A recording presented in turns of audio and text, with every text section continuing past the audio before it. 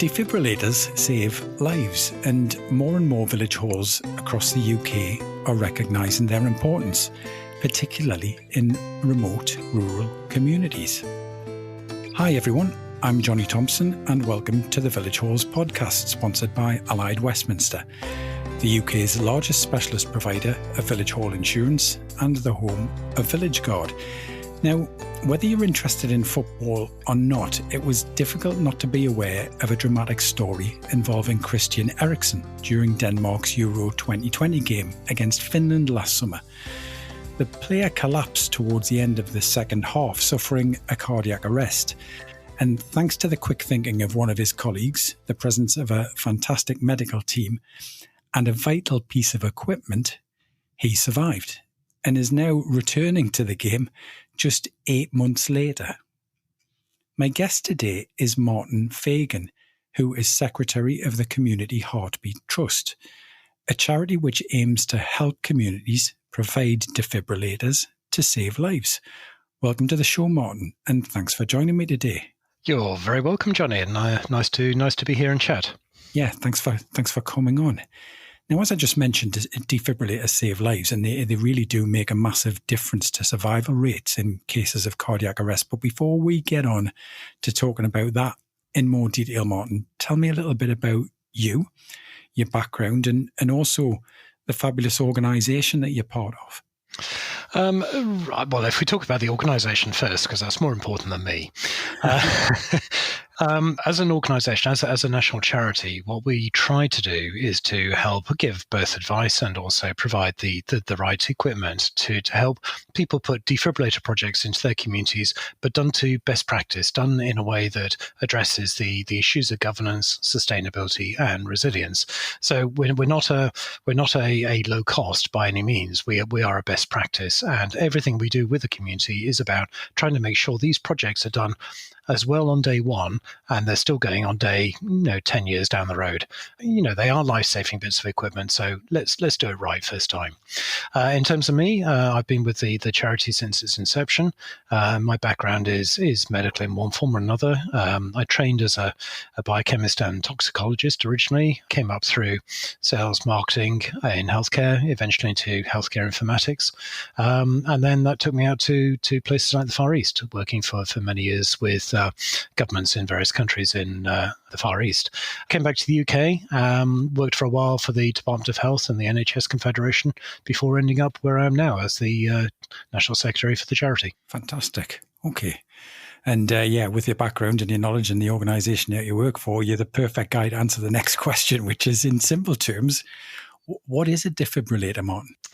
Well, I think the easiest way to understand what a defibrillator is, because it's a magic word, a defibrillator. So it obviously de-somethings, that something is the fibrillation. So what on earth does fibrillation mean? If you say that to people, they look at you with glassy eyes. Well, you got to understand how the heart works. So the heart is a muscle, and it's a very special muscle. It's the only muscle in your body that never gets tired. Every other muscle you use in your body, if you stretch out your arm and back again, or you run down the road, your muscles get tired, and they get tired because of build-up of lactic acid. Now, your heart is just sort of squeezing, contracting, relaxing, roughly once a second at rest, 24 hours a day, 365 days a year, 80 plus years. But it doesn't get tired. It's the only muscle in the body that doesn't get tired.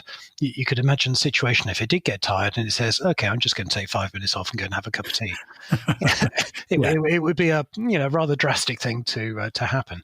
So your heart contracts, but the muscle cells there can't get tired. So while it's contracting normally and it squeezes, because it's hollow, it pumps blood and oxygen around the body. And that's fine as long as it's actually squeezing in a nice regular way. But occasionally it starts squeezing in a slightly different irregular way. So instead of actually a nice consistent whoosh coming out of the heart, you've got it sort of shaking like a jelly. And if it's shaking like a jelly, it means you haven't really got any blood and oxygen coming out of the heart and being passed around the body. Now, that shaking like a jelly has a term called fibrillation. Okay. And if whilst a heart is in fibrillation and it's not pumping blood and oxygen around the body, then obviously that's not really a good position to be in, because obviously the vital parts of your body, like your brain and elsewhere, do not get that oxygen. And if you don't get that oxygen, you die.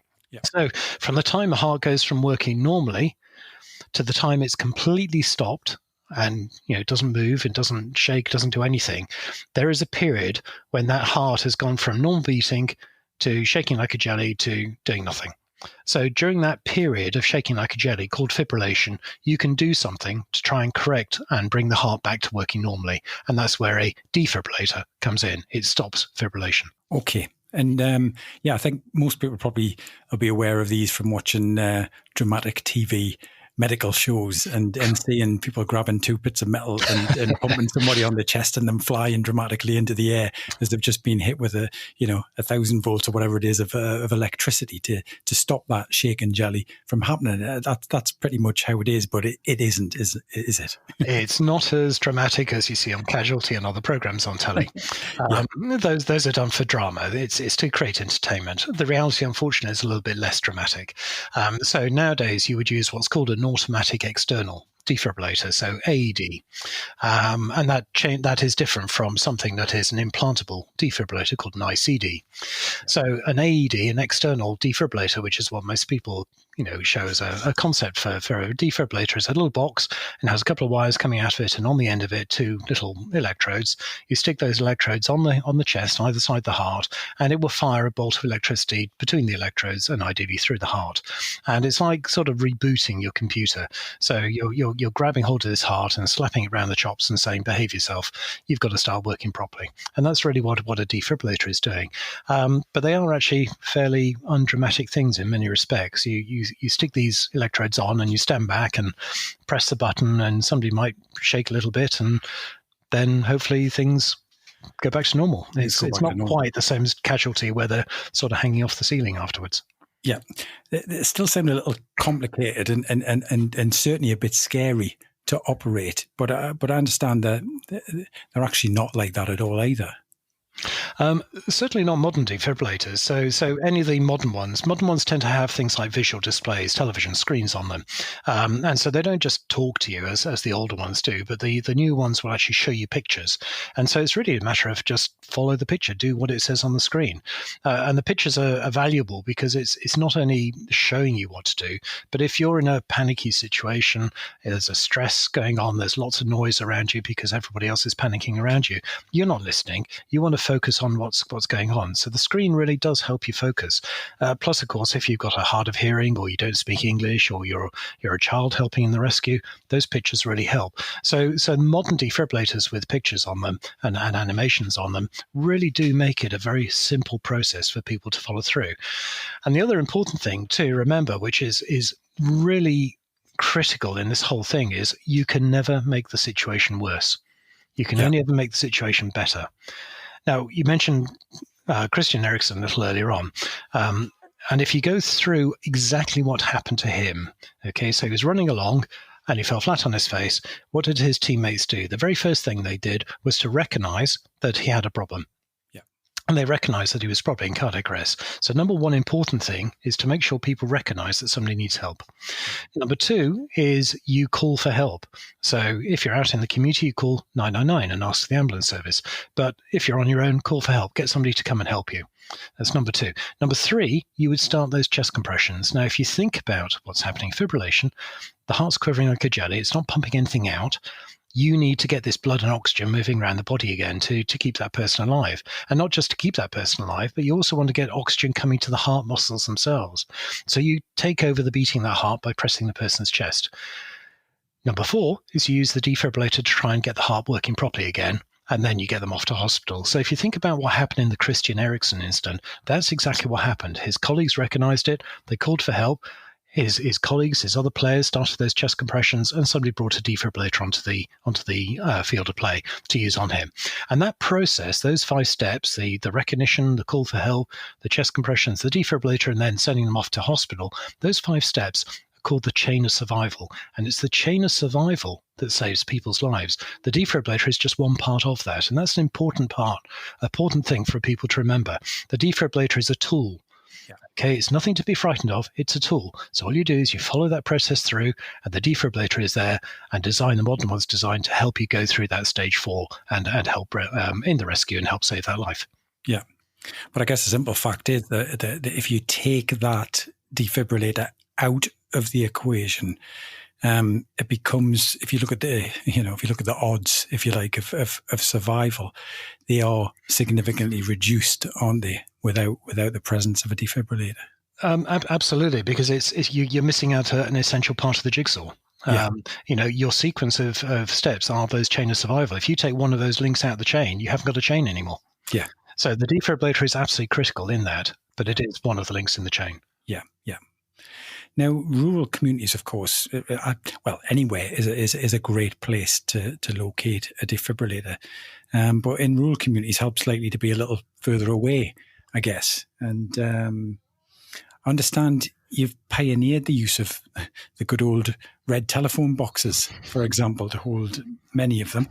And there's been a lot of work with village church and community halls as well, Martin. Yes, I mean, if you think about phone boxes, those lovely sort of square, red, 2 meter high, iconic structures that are recognisably British. If you think about it, people think of Britain and they look at the guidebooks and it always has a nice red phone kiosk. If you go to airports and you buy a tin of toffees, it's in a toffee tin made up the shape of a red phone box. So they are considered to be British icons. And exactly. Going back in around 2009, British Telecom had announced they were actually going to close down a lot of these phone kiosks. Nobody uses phone kiosks anymore because everybody has mobiles. And so they started a program where they were closing them down. And a colleague of mine actually went to British Telecom. One of the senior managers of BT lived in the same village. And he went to him and said, if you're closing these down, could we take over some of them, please? Because they tend to be right in the middle of a community. They tend to be very easily recognized. They appear on sat-navs and ordnance survey maps.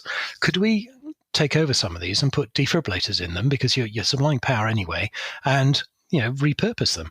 And the guy from BT said, "Oh, that's an interesting idea. Yeah, okay, we'll do it." And so we did a couple, 2 or 3 initially just to try it out. It worked. We had a bit of a learning curve because they are old and they do have a little bit of creaky wiring in them, but nonetheless, we went through that. And since then, I think we've probably converted about 1,000 or thereabouts to defibrillator sites. And we've also helped communities turn them into libraries and fish tanks and, and all sorts of things that you can turn them into. But from our point of view, we're repurposing them as defibrillator locations. And of course, lots of other people have started doing that as well. And not just the iconic red ones. We also do some of the steel and glass modern styles as well. They can be equally as useful. We do them slightly differently, but they're equally as useful. And again, they're in the centre of communities. So if you think about it being time is the key of the essence. Having something which stores a defibrillator that's easily found means you can get to that defibrillator very quickly. You can find it very quickly, and therefore time is shortened. And if time is shortened, you get better response in the rescue. Other places, village halls are very good. Village halls have a tendency to be signposted. If you go into a village, quite often you'll see the signpost saying village hall this way. Churches, obviously, because they're very easily seen in the main. Or pubs. Everybody knows where the pub is. Pubs are a good location. So we've installed, I don't know how many so far, over 7,000, but most of those have been in kiosks, village halls, pubs, churches, community centres, even on the side of people's houses. It's wherever is the best location in that community where that location, that defibrillator, can be found extremely quickly, even for a stranger to that village. So if anyone out there is listening and they're interested in getting a hold of a defibrillator for their community, whether they're a committee member of a village hall or even just, part of the activities of a sports club or something like that, where should they start? Well, the easy thing is to come and talk to us, which is an obvious thing to say. But everything we do is about, as I said at the beginning, is about doing it well. It's doing it to a high degree of success. And it's not just about the defibrillator. It's having the right defibrillator. It's not just putting it in a location. It's making sure that location is suitable. It's also making sure that access to it is safe. You're not going to cause a problem, giving somebody an injury trying to get to see the defibrillator. But also you have to take into account to some degree that if you're putting something like a defibrillator in the public domain, you have certain responsibilities, of a duty of care, safety, and so on. But one of the things that people often forget about is that you also have to comply with disability legislation. Okay. So there was a wonderful example at a village not far from where I live here in the Midlands, where the community put it in, and you had to stand on a little stepladder to get to it. And we said to them, "Why have you done that?" And they said, "Oh, it's to keep it out of reach of people." Yeah, which kind of makes sense. In some respects, you can understand people kind of making that mistake. Well, you can do, but if you think about it, somebody who's perhaps in a wheelchair, they have as much right to have access to that equipment as somebody who's able to stand on two legs and run a marathon. So it's important when you position it, when you get the equipment, when you think about the placement, you do take into account that it's not only you who may be fit and healthy and well accessing it. It could be children accessing it on behalf of somebody else. It could be somebody who's got a disability. It could be somebody who's a foreign national, doesn't speak English. So you've got to take into account a little bit more than just let's stick a defibrillator on the wall. And I guess you've also got to understand how it works and when it's appropriate for it to be used as well. Well, I think that's actually quite an important point. So you often hear that statements like, "Oh, you don't need to be trained to use a defibrillator," and to some degree that's correct. What the guidance actually says is that if you are not trained, you should not be prevented from using it. The guidance doesn't say you don't need to be trained. Yeah. So there's a slight difference in subtlety there. But if you think about it, you need to be trained to recognize what is a cardiac arrest as opposed to, say, somebody fainting or diabetic. You need to be trained how the 999 service works. Only 5% of people in the country have ever phoned 999. So how does the 999 system work? What's happening? What sort of questions they're going to ask you? How does that link in with your defibrillator in the community? Because understanding that can obviously help in the way you use it. You obviously need to be taught how to do chest compressions properly.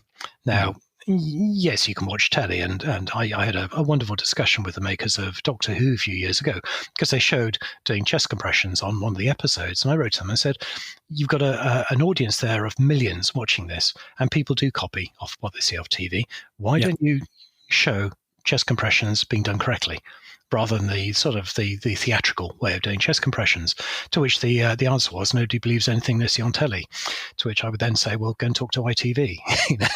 And their entire basis is that people believe what they see on telly. It's called advertising. Yeah. But the point is that chest compressions are not difficult to do, but they are very tiring to do. So you really need to learn how to do them properly in an energy efficient way to give maximum output and maximum success in doing that. And some of the more modern defibrillators will help you there because when eventually you do put the defibrillator on, it will give you feedback on your chest compression. So it will say, go faster, go slower, push harder, push softer, and it'll give that coaching. And that all adds to the rescue and all adds to the successful outcome. So training is good. We tend to shy away from the word training because the word training by definition suggests that something is difficult. If it's difficult, you must be trained. And it's not. It's actually very easy.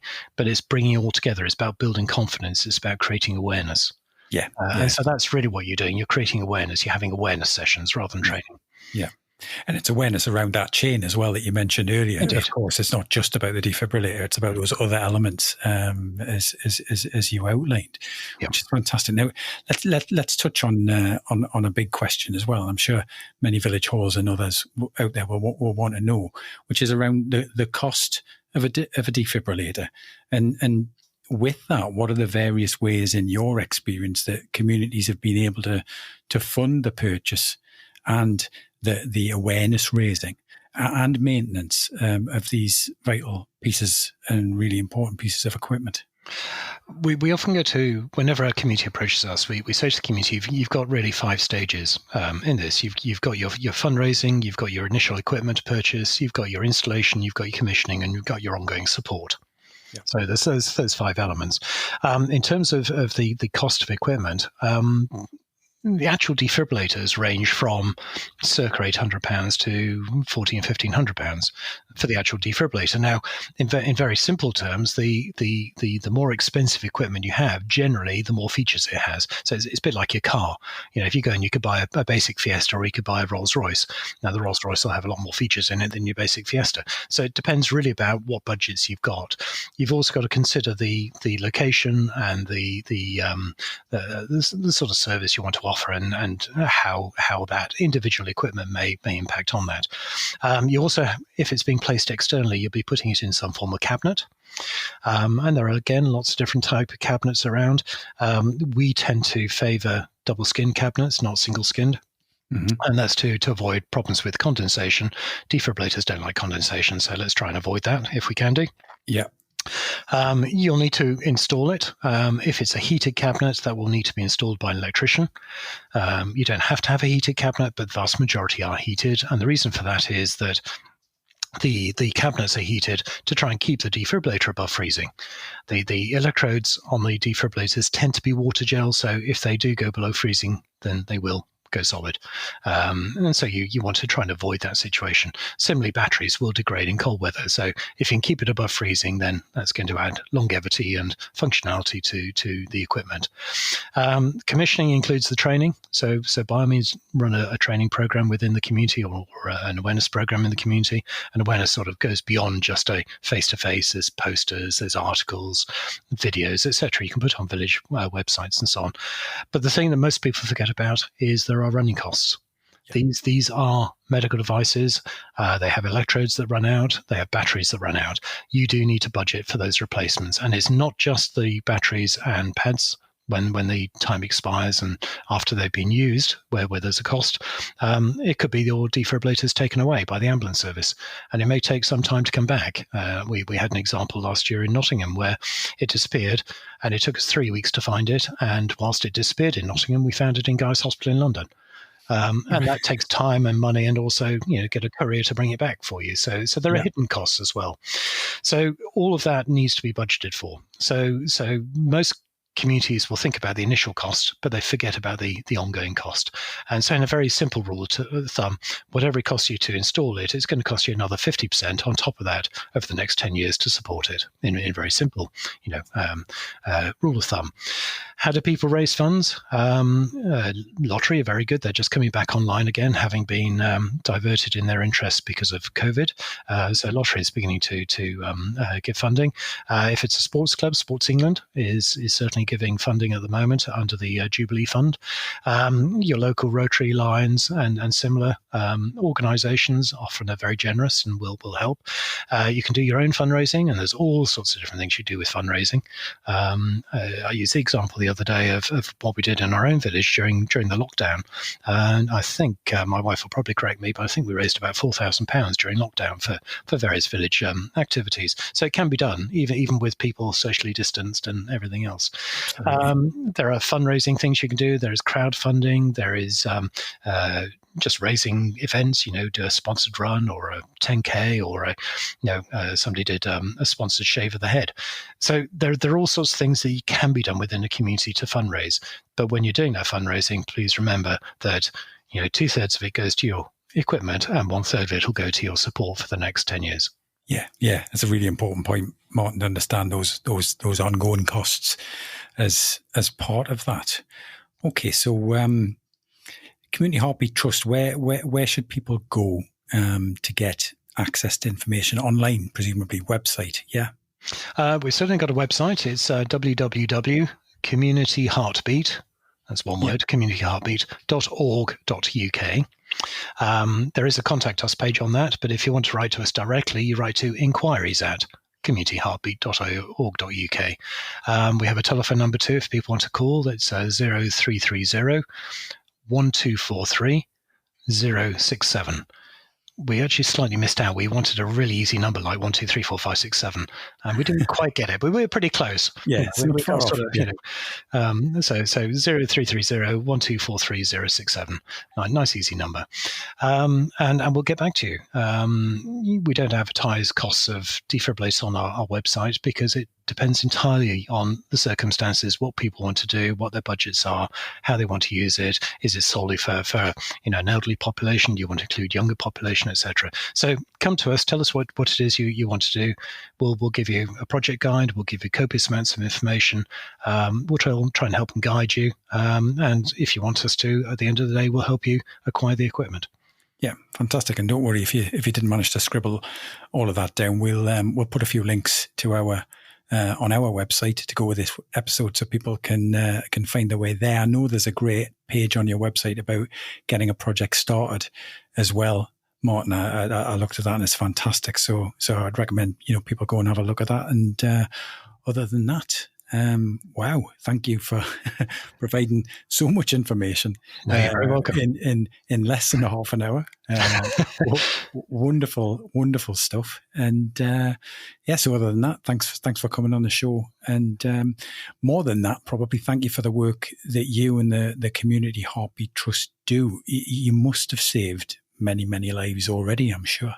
I would like to say yes to that, but it's one of these things that when somebody's life is saved, people talk about it. But if they don't get saved, then of course they don't want to talk about it. But the important thing to remember here is you cannot do anything wrong. Yeah. Okay. If you actually save somebody's life, you feel on cloud 99. If you don't save somebody's life, the thing to remember is you've given them a chance. You've given them a chance. And that not only obviously doesn't help the patient, but it really helps their relatives to know that everything possible was done. Yeah. And better for you to feel that you at least tried. Yeah. Rather than you were left standing there not knowing what to do. Yeah. Yeah. I understand that completely. Well, thanks again, Martin. Really appreciated you being on, and thanks for the insight. No, you're very welcome. And it's been a great pleasure. Thank you, Johnny. Yeah. Thanks, Martin. And that's all, folks, for this episode. Big thanks to our headline sponsor and specialist insurance provider, Allied Westminster, for making our podcast possible, and whose services you can discover more about at villageguard.com, and to online booking system provider Hallmaster, who also sponsor our podcast and can be found at hallmaster.co.uk. You've been listening to the Village Halls podcast, a unique listening community for Britain's village, church and community halls, and anyone interested in the vital community services they provide. We'll be back again soon with another episode, so if you haven't already, visit thevillagehallspodcast.com to subscribe, sign up for updates, link through to our social media pages, and to find out more.